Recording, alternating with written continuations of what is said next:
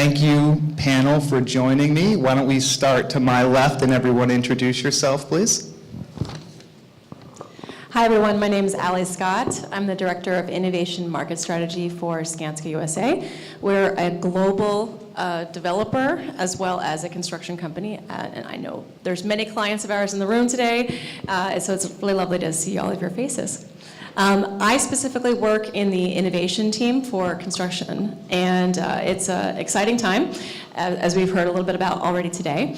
And we're looking at how we can investigate and integrate the most game-changing technology onto the job site and in the office to improve our ROI. So it's a really exciting time. Welcome.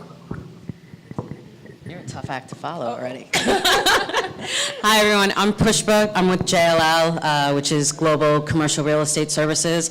You might have seen our name here. We're doing the leasing for this building. I work in our Global Technology and Data Group, so I'm our Global Technology Engagement Director, and that's a fancy way of saying that I help people be aware of what technology is available in our space, what we offer either as a company or just what our clients are looking for. So just it's exploding, right? CRE and technology. So I focus a lot on that and like doing all of this stuff and looking at everything that you all have to offer as well. So thanks for having me. I'm Nirva Farishadian. I'm the Chief Information Officer for CBT. We are an architectural design company based in Boston. And I am leading our digital transformation. We are really excited in transforming the way we work, the way we design, and the way we collaborate with many of you here, and really exciting times for the industry overall. Hello, I'm Jeffrey Jacobson. I've been involved in virtual and augmented reality for the last 25 years. I have a PhD in it. I'm an independent consultant and an information scientist. I look at workflow and how information can be visualized to improve the workflow. And for the last couple of years, I've been engaging with a lot of the people you see here with their VR and AR demonstrations, and they just adore me. So I'm very happy to be here.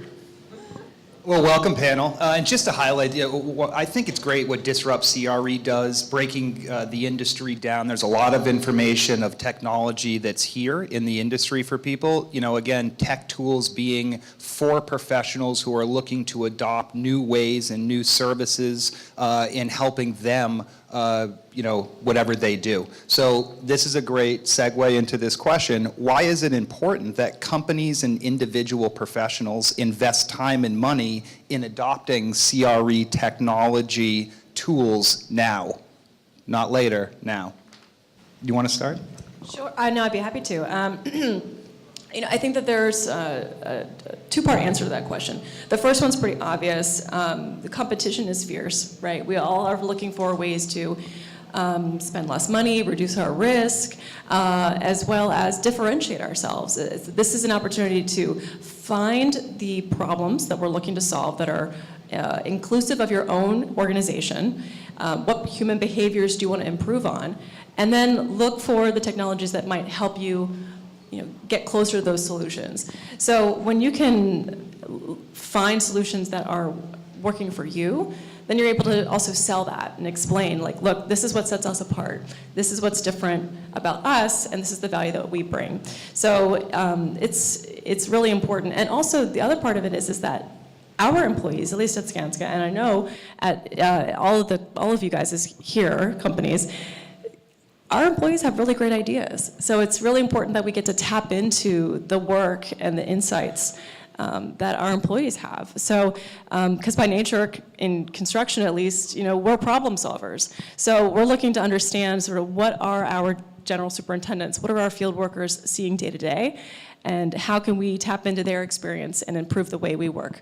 Not just for tomorrow, but for today. So. I got nothing. No, I'm kidding. You covered a lot, though. But my answer is more like, how can you not?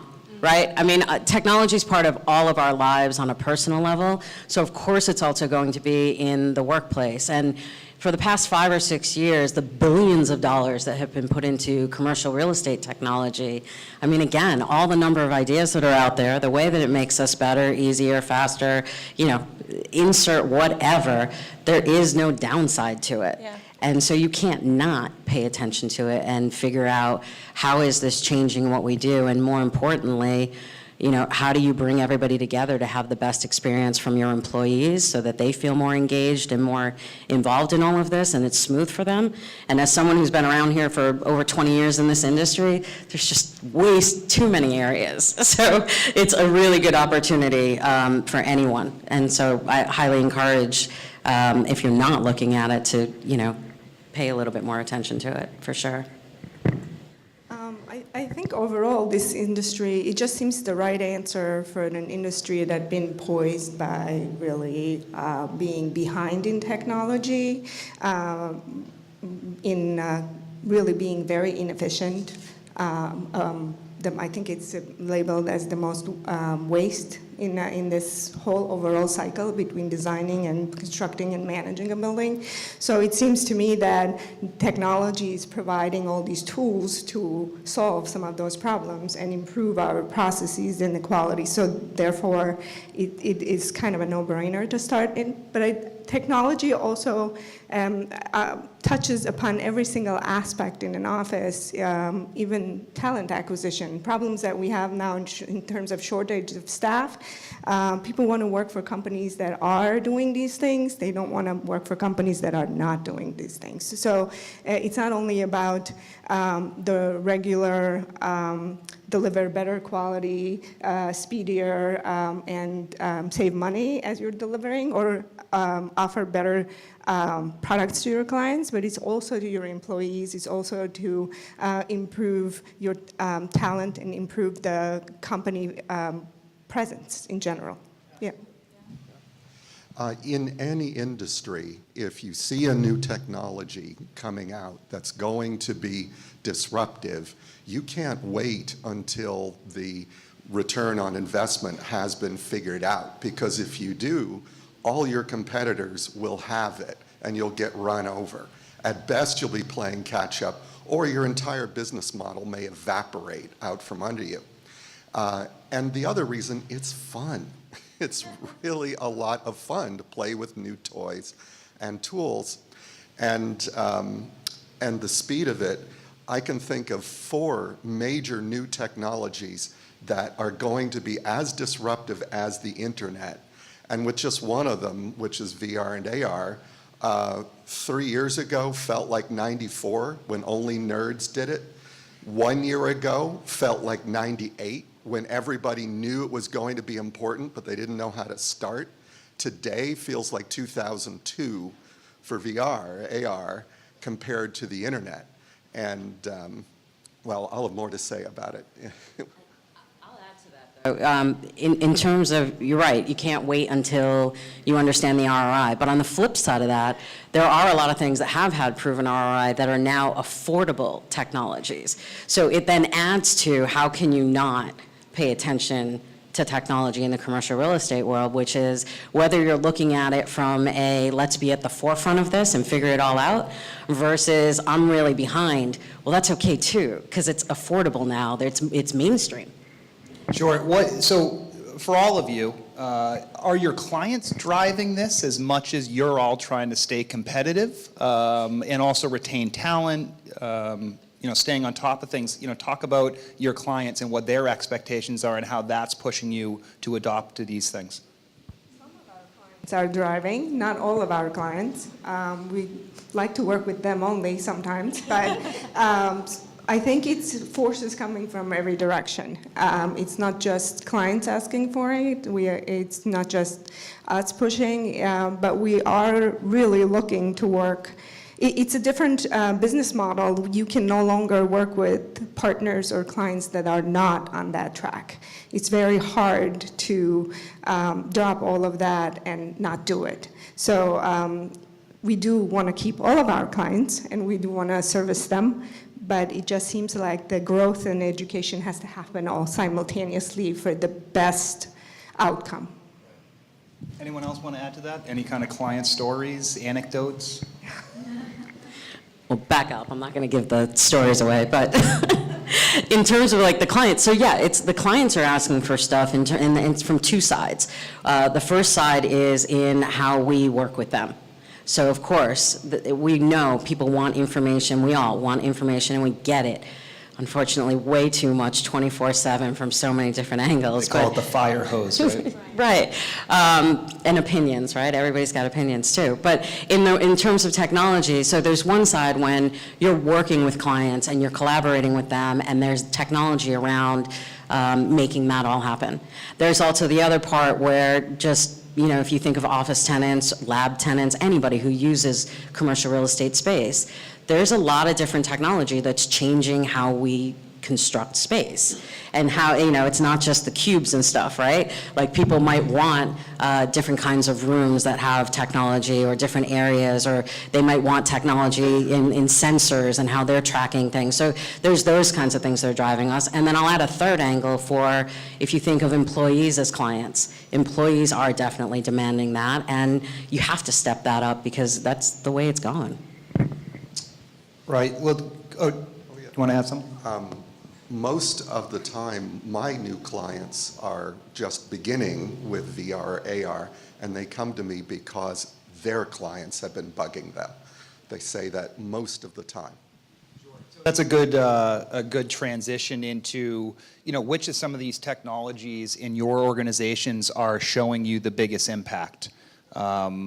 We can start down here. I'm sure we can talk about AR, VR first, and then we can come back. Well, right now is the moment for AR and VR because it's cheap, available, surprisingly high quality, and it intersects very well with Internet of Things. Augmented reality will give digital things a physical presence. Internet of Things gives physical things a digital presence. Artificial intelligence helps us sort it through it all. Well, not yet, but it's going to.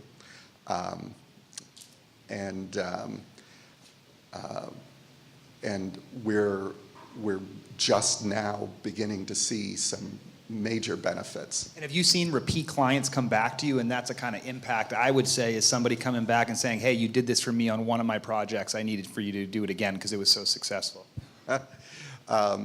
Most of my clients come for training, so once they know how to do something, they are often doing it. They come back to me when they need more training or new ideas, or they want to outsource, you know, because it might be something complex they're only going to do a couple of times a year. So yeah, we're looking for other things, CRM, big data, you know, other Right. type. I think being a design firm, the visualization aspect of it has been front and center. And since we are in control of the design, total control of the design phase, it's easier to push and promote those things. And certainly, clients have almost 100% of the time been extremely happy and asking for more for the next meeting and more for the next meeting. But it's very important to kind of balance that out with real outcomes and match it with real processes other than just being very excited about the looks of it. I think our first few meetings, some of our clients would just come for the meeting to wear the goggles and to play around. When is that meeting going to happen? But then really the real meeting will be about how you tie that into options and predictive analytics and all of that in terms of building and operating the building. So for us, it's been challenging to push that downstream because it requires the collaboration of everybody on the project. It's been a little less challenging for us to push it during the design phase because everyone's really happy and excited, and there's a visuals that come in quite effectively. So, but the real outcome is really how we think about the process, what kind of values we're delivering in the whole building cycle and how are we improving the quality. So we have done some pre and post occupancy analytics and try to manage that data and try to learn from that data and bring it back to the cycle of design. So that's where and that's very hard for all the panelists before in terms of getting access to that data, learn from that data. So because in our business, we are assuming a lot of things. We're making a lot of assumptions during the design phase in terms of how the building is going to be used, how the spaces are going to be used. And sometimes they're not really used the way we planned it. Right. Yeah, so to learn from that in post-occupancy analytics is really something we're very interested in, but have not technology limitations, but human limitations of how we can get to that data and how we can reinterpret that and bring it back or either make changes in the existing building. And a lot of it is even during repositioning where we are trying to do pre-design analytics and surveys in order to learn and understand how we're going to redesign the space. But even that data is really not easy to get across. There's so much happening in this industry right now. It's really easy for us to experience a sense of FOMO. I think probably all of us in this room have experienced that at some point. Fear of missing out. Fear of missing out, yeah. I mean, Jeff actually touched on it. It's not incorrect. I mean, there's a lot happening, and you see your competition down the street using VR or the daiquiri hard hat, AR helmet, or drones, and you wonder, oh God, should we be doing that? And the real answer is that it comes back down to who are you as an organization, and what kinds of problems and what kinds of human behaviors do you want to solve, and how do you select the technology that's going to be right for you?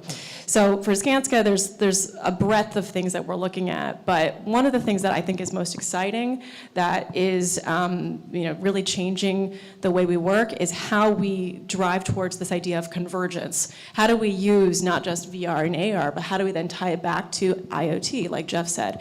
How do we tie the geometry and the information together that are being developed in design and consumed in the construction phase?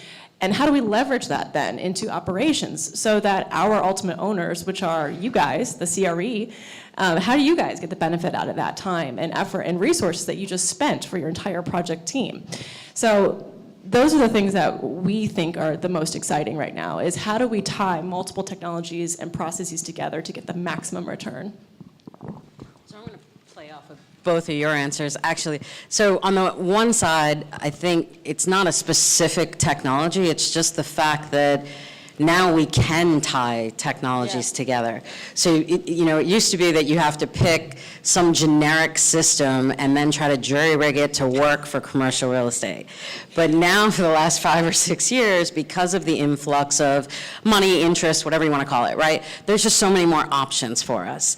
And so we can pick 50 different products, services, types of things that we want to use, as long as we can tie them all together in the back end. And so we can have all the data flow between them. And that sounds maybe kind of lame for what's most exciting or has the best ROI for us, but quite frankly, that is it, because everybody can use whatever they want. And I don't mean that in a you get a car, you get a car, you get a car kind of way, but more like if this particular business line feels like this is the best product for them, and another business line feels like this one's the best for them, go ahead. We can link it all together in the background and still get the value. And the other side was it was interesting, you were talking about data visualization, and when I think of data visualization, it's totally different. It's from the earlier stages, where instead of just rubbing dots on a map and being like, these are the buildings we're gonna go look at today, we can do it a lot more scientifically now, right? Because we have all these different, like thousands of data points between demographics, other lease expiration dates of other tenants, what do your employees want based on surveys, based on where they live. We can do heat maps of their commutes. So it's the data visualization on a map that makes it look a little bit more, not makes it look, but it is much more reliable than just having had experience of this is the market you want to be in or this is the neighborhood you want to be in. Being able to link together the data points with real-time information that we know about the commercial real estate market, bringing that all together makes it more fun. You know, and there are a lot of tools that we use where it's interactive. Like we're able to say, here's your app to the client, and it has only your information, and you choose what layers you want to show on the map. You choose what matters to you, so you want to slice and dice it by money, you want to slice and dice it by when are the employees going to have the best commute, and that's the stuff that, obviously, it's kind of exciting. I mean, you keep talking about it for a long time. Someone to add? So what we've been grappling with over the last 20 years is how you handle the fire hose of information coming at us. And we're just now starting to get a handle on parts of that. And we're doing that partly by dealing with three-dimensional information in 3 dimensions. Well, it works pretty well. We're not throwing away 2D because 2D has a lot of advantages. And we're moving from the 19th century manufacturing model. We have an assembly line, and there's step 1, step 2, and it's replicated on a massive scale, because that's no longer realistic. We have to have an adaptable system where the design is a living thing that from the beginning of the building all the way to the very end of it. It's always evolving. And so our information systems have to be flexible for that. And the solutions have to come from the ground up, from the people like my co-panelists who are actually doing the work. Push, I want to bring it back to you just real quick for the audience. This is kind of off script. JLL, I know from working with you folks, you guys decide to sometimes build your own technology and keep it in-house, and then you also decide to go out to firms like ours and different people here. How do you I know it's very situational, but if you're giving advice to folks out here in the audience who are looking at adopting or building, is there any way or things that they should take a look at when deciding between that? I like your off script. So yeah, for JLL, it's no secret that a lot of us, and I mean a lot of the companies in the commercial real estate services side of things, we do the acquire, build, partner model. So, it used to be, again, that we had to build everything, and that's painful because we're not development shops, right? And we're not investing millions and millions of dollars into products and life cycles and all this other kind of stuff. So if we have to build, we will still do that, but that is, obviously the third option out of the other two. The partner one is a great example of where so many of you in this room, we work with you now. We either work with you for JLL directly or through our clients. And that's where we really know that because all of you are doing these kinds of things out there, that it's more valuable for us to partner with you on that, give you our feedback, make that happen. And then in certain situations, you've seen us acquire things, not things, companies, products, services. And that's where we see a real value in how we can turn that into a service offering that's under JLL, or it's something that we'll include as part of our service to clients. So when I think about, to Stephen's question, when I think about what you said on what should people focus on, I think it's more around making sure you know what problem you're even solving, and that you're not trying to have all the bells and whistles be included in something, and that you're really focused on what are you solving, who are you solving it for, and then make sure you get the feedback on, is this really even going in the right direction? Because to Jeff's point, for people that are in the field and are doing these things day to day, it can be a big disconnect between the people that are creating solutions versus what's really important to the people that are doing this. And sometimes I say that because sometimes it's really simple to solve the pain point as opposed to the larger, prettier thing that people are trying to deliver. Last question for everyone. I want to know, how has technology changed your job and how you see your job evolving as these things become more adopted? And I think people can take kind of some takeaways of that and apply it to them. Well, my job didn't exist 3 years ago. Wow, that's interesting. So I was very lucky to shape this job with an amazing group of people that I work with at Skanska that are facilitators of innovation and also lead our virtual design and construction teams. So we recognize that telling stories and understanding the intersection between technology investigation, technology adoption is very important. So for me, that's been a really exciting thing, is that I didn't have this job 3 years ago, and technology and the process of innovation and investing in innovation in our people is why I have this job. So what it looks like in the future, I think I'm not even sure. I mean, yeah. Before you go, are you going to meetings and places like this and meeting people who have also not had your type job in this industry? Absolutely, yeah, That's interesting. absolutely, yeah. It's exciting, especially, and for Nerva and I both. I mean, in the design and construction side, there is so much change. I mean, I think Jeff, you see it every day with your clients. It's exponential, right? That's a word that we hear a lot about disruptive technologies. It's true when it comes to implementing them in our field as well. So we created my job 5 years ago, to your point. So I'll take the focus off of me specifically for a moment and talk more in terms of JLL. I think the beautiful thing about this, and this is not specific to JLL or commercial real estate, but the beautiful thing about it is we don't have to spend our time like banging our heads against the wall with things that we could do while watching TV or half asleep. You can focus more like the automation of things, or just, even spreadsheets and stuff, or having insights come to you, as opposed to you having to figure out what kind of decision to make. And I'm not trying to dumb this down. What I'm saying is we can actually use the smarter parts of our brain now, rather than spending time being inefficient or duplicating work and all that kind of stuff. So at a very simple level, I think that's changed all of our lives, and that's what, for commercial real estate, we've been a lot slower to pick up and adopt, and that's where people are now feeling it and getting more excited about it. My job did exist. So, but it has really incredibly changed. It has, like Jim Whalen from Boston Properties mentioned, the 3 buckets. I had 2 buckets, and then really running the internal technology and the business was a priority, and now it is a minor part of what I do. And this has taken over, and as a strategic business partner in terms of deciding our overall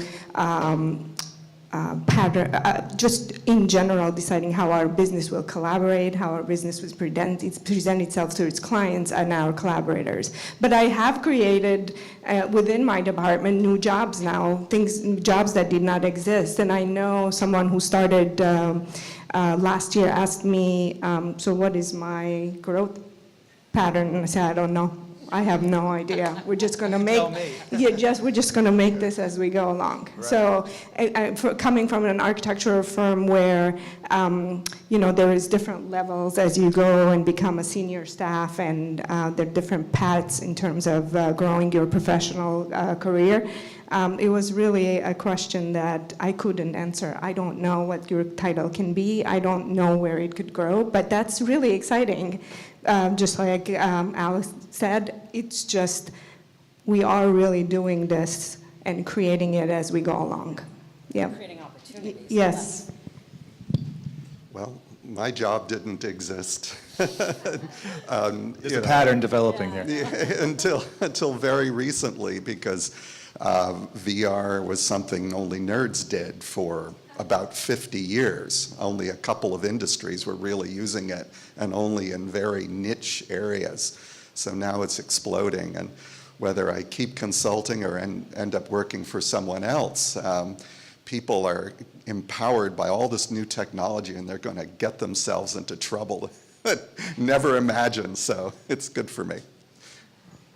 That's fantastic. Well, I really appreciate all your time and being here. Some great insights and takeaway. Please, everyone, thank you for joining us.